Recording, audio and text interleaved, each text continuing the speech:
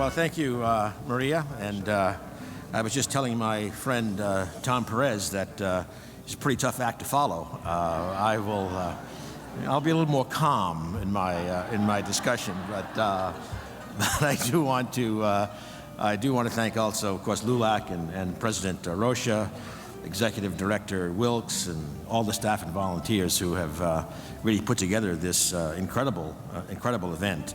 I think it's pretty evident from the spectrum of speakers at the convention that President Obama and our administration are very, very committed to the advancement of Latino and Hispanic communities, and I'm certainly very pleased to have the chance to add my voice to this chorus.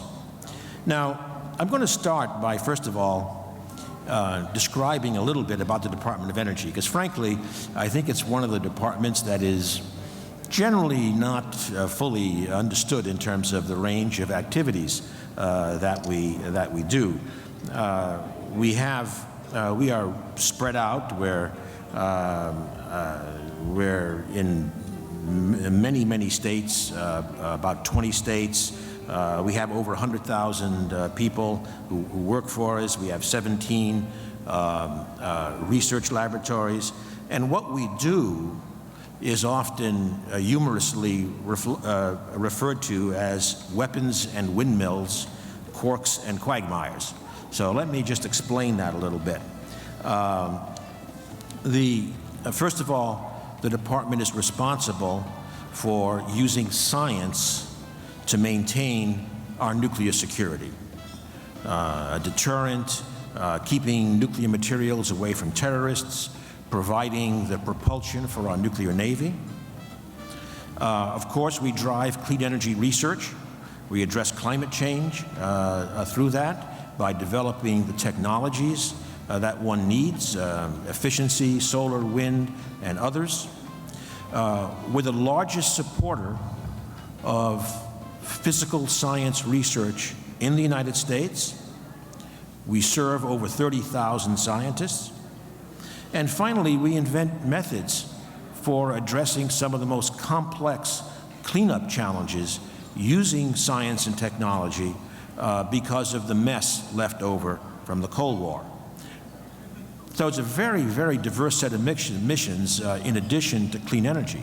The reason I mention that in this context is the Department of Energy is a science and technology organization. We depend upon STEM education.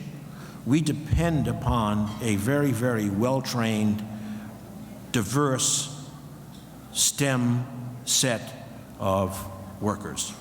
And that's really what I want to talk about a little bit today, some of the things that we are doing in STEM, certainly about our need for students and workers in Latino and Hispanic communities, again, well-trained in STEM.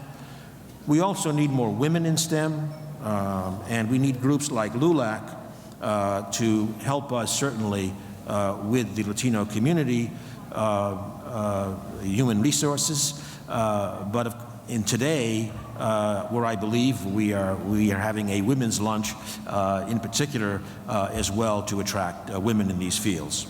So let me say a little bit about the job situation in energy, something that we have focused on recently.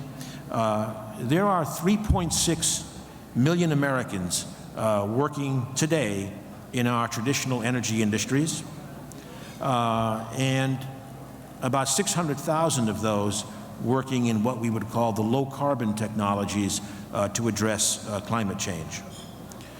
We recently looked for the very first time at trying to understand how many jobs there were in energy efficiency. It's really incredible.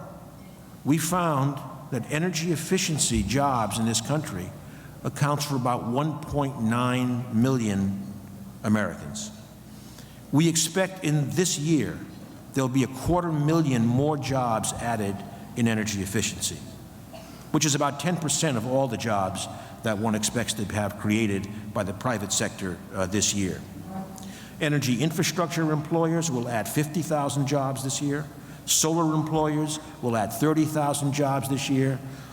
All I want to say is the energy business is a place of tremendous need and opportunity, and these are, as I said, basically STEM jobs.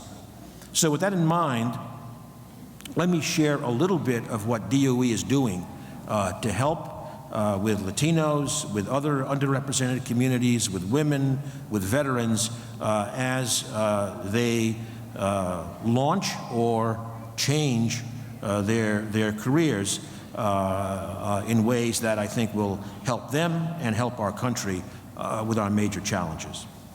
Let me start with our Minorities in Energy initiative that we launched in 2013. This is a public-private collaboration.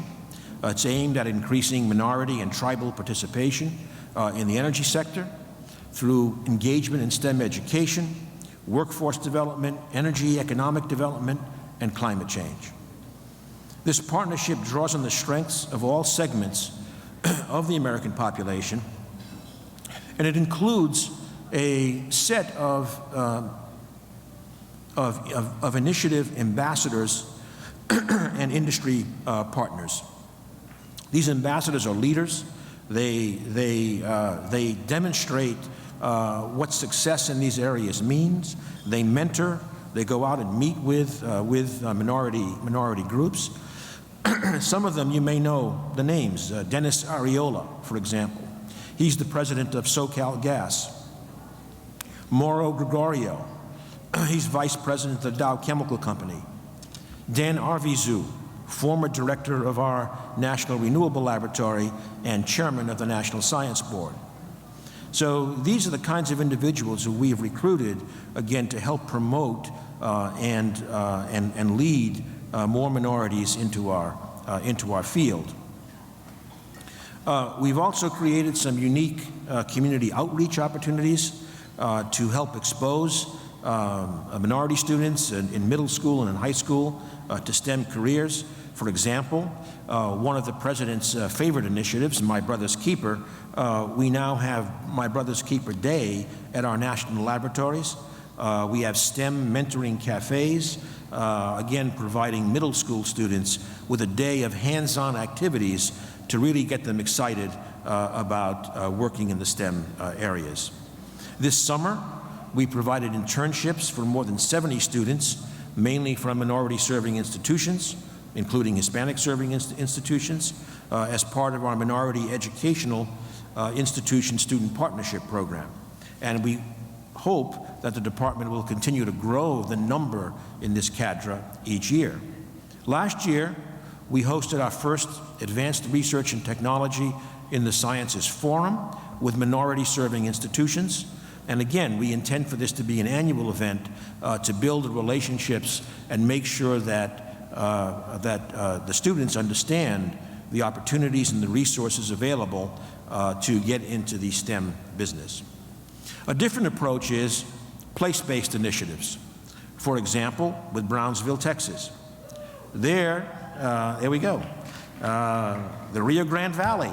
And again, we've joined forces with other federal agencies, a partnership with the city, Mayor Tony Martinez, and the Brownsville Public Utility Commission to improve job growth, job training, and public health outcomes.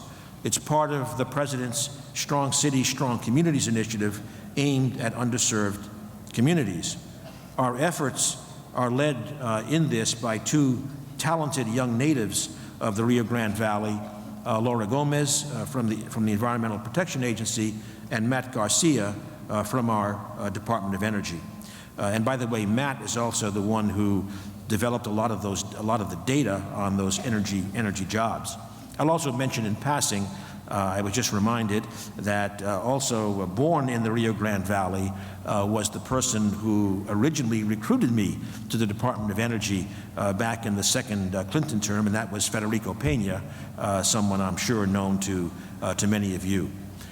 So anyway, already Brownsville is one of the first cities in the nation now to achieve our Soul Smart designation for being a solar-ready community. That's great. Thank you. Now, let me, again, certainly appropriate for this lunch and its theme, let me turn to women. And so to encourage and support women in STEM careers, 5 years ago, DOE launched a Women in Clean Energy program. It's formally called Clean Energy Education and Empowerment, or C3E. And that was formed 5 years ago, I'm pleased to say, with a partner, MIT, while I was at MIT. So I feel that I've been with this program from the beginning. And actually, this program provided the template for 3 years later creating the Minorities in Energy initiative. You know, today, women are 56% of our U.S. college population, student population. By 8 years from now, we expect 60% of our college students to be women, but not enough of them are majoring in STEM fields. Today, women comprise only about 1/4 of the current STEM workforce, so we obviously have a 2X problem to deal with, and that's the kind of challenge we are dealing with. So to help encourage more women in this direction, C3E brings together women in the energy field for an annual conference. We provide outstanding mid-career awards with the expectation that these women will then go on and get and mentor and encourage younger women.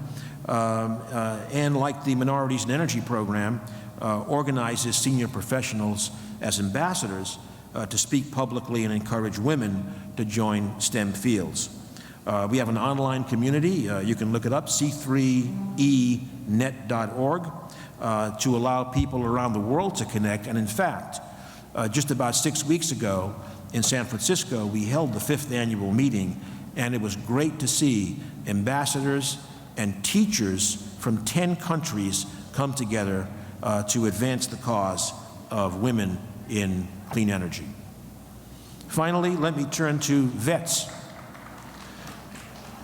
veterans. Another program we piloted last year called Solar Ready Vets, aimed at current service members who are about to transition within 6 months to civilian life.